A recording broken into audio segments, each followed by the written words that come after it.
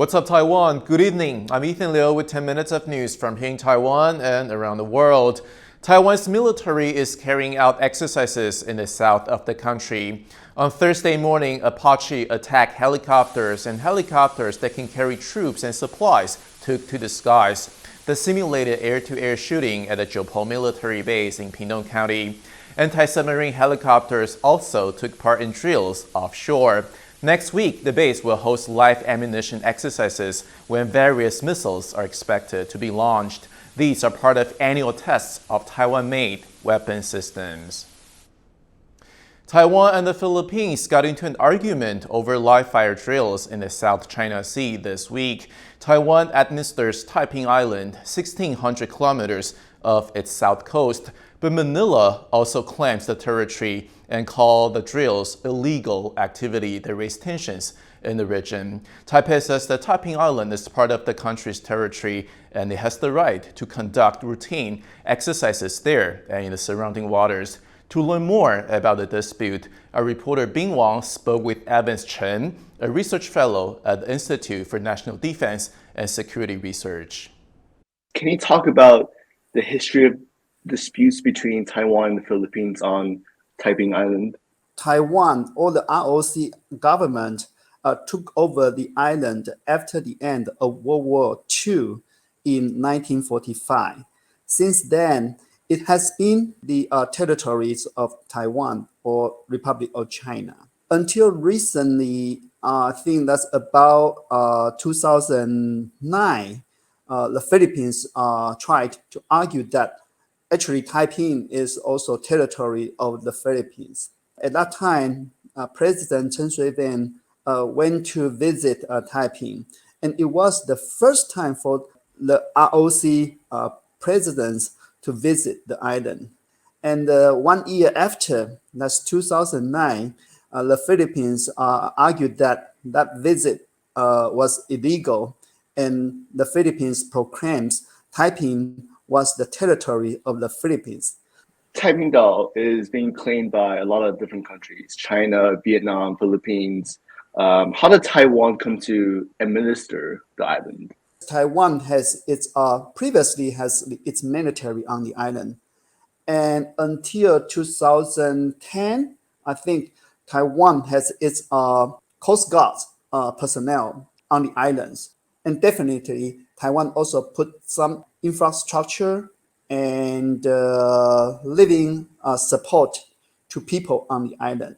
Why is this island so important for the countries that are trying to claim it? Is it for natural resources or is it for military reasons?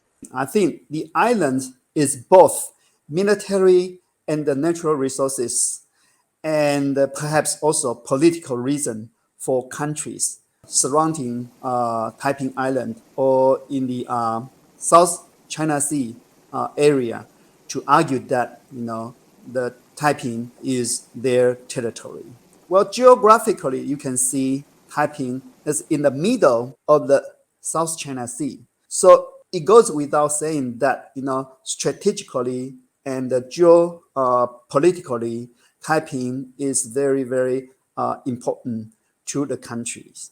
And second one is that taking the islands, that means that, the country can use the island to expand its exclusive economic zone, covering natural resources, surface or underwater.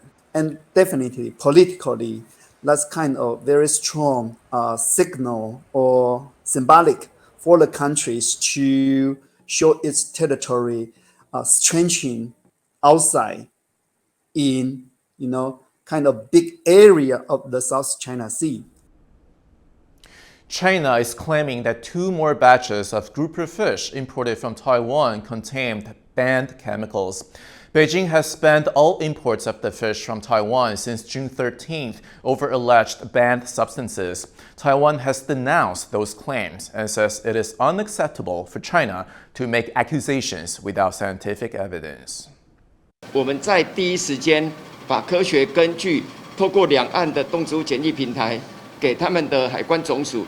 我们很讶异的是，国台办为什么不问自己的海关总署，而是用这样的一个对媒体再次的用不实的来指控。那我想这一个农委会是完全无法接受。NATO Secretary General Jens Stoltenberg has said China is not an adversary, but that Beijing does represent a serious challenge to the alliance. At its summit in Madrid this week, NATO, for the first time, agreed to include threats posed by Beijing into a blueprint guiding its future strategy. To find out more about NATO's position on China, our reporter James Chater spoke with Yan Zhenshen, a professor of international relations at Taipei's National Zhengzhi University. The NATO Secretary General said the group doesn't regard China as an adversary, but at the same time, the summit declaration says China is seeking to undermine the international order that NATO wants to protect. Where does NATO stand on China now? After 2019, I think NATO started to pay attention to China and the potential threat of China against the rule-based international order. And what we see, especially after the Ukraine war, that China became a potential Russia in disrupting the international order. So this is where I think NATO has come up with the idea that they have to develop a common policy towards China. China has said any NATO expansion in Asia will stir up conflict in the region. What steps could China take to undermine NATO's new strategy?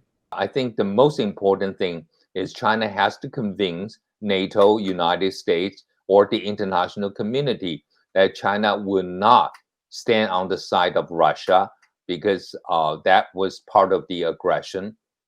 And then China will not use force in the East Asian area, maybe except when Taiwan declared independence. So this is one area. I think even the United States will agree that Taiwan should not unilaterally change the status quo. So if China can be committed to that kind of principle, I think it will lessen the uneasiness of NATO. China's President Xi Jinping arrived in Hong Kong on Thursday ahead of celebrations on Friday to mark 25 years since the former British colony returned to Chinese rule. Xi gave a speech after stepping off a train from the mainland, saying Hong Kong has been reborn since he last visited 5 years ago.